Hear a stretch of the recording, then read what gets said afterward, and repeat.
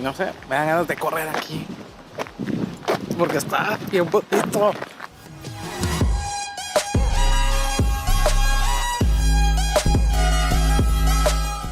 Vean esto, qué curioso.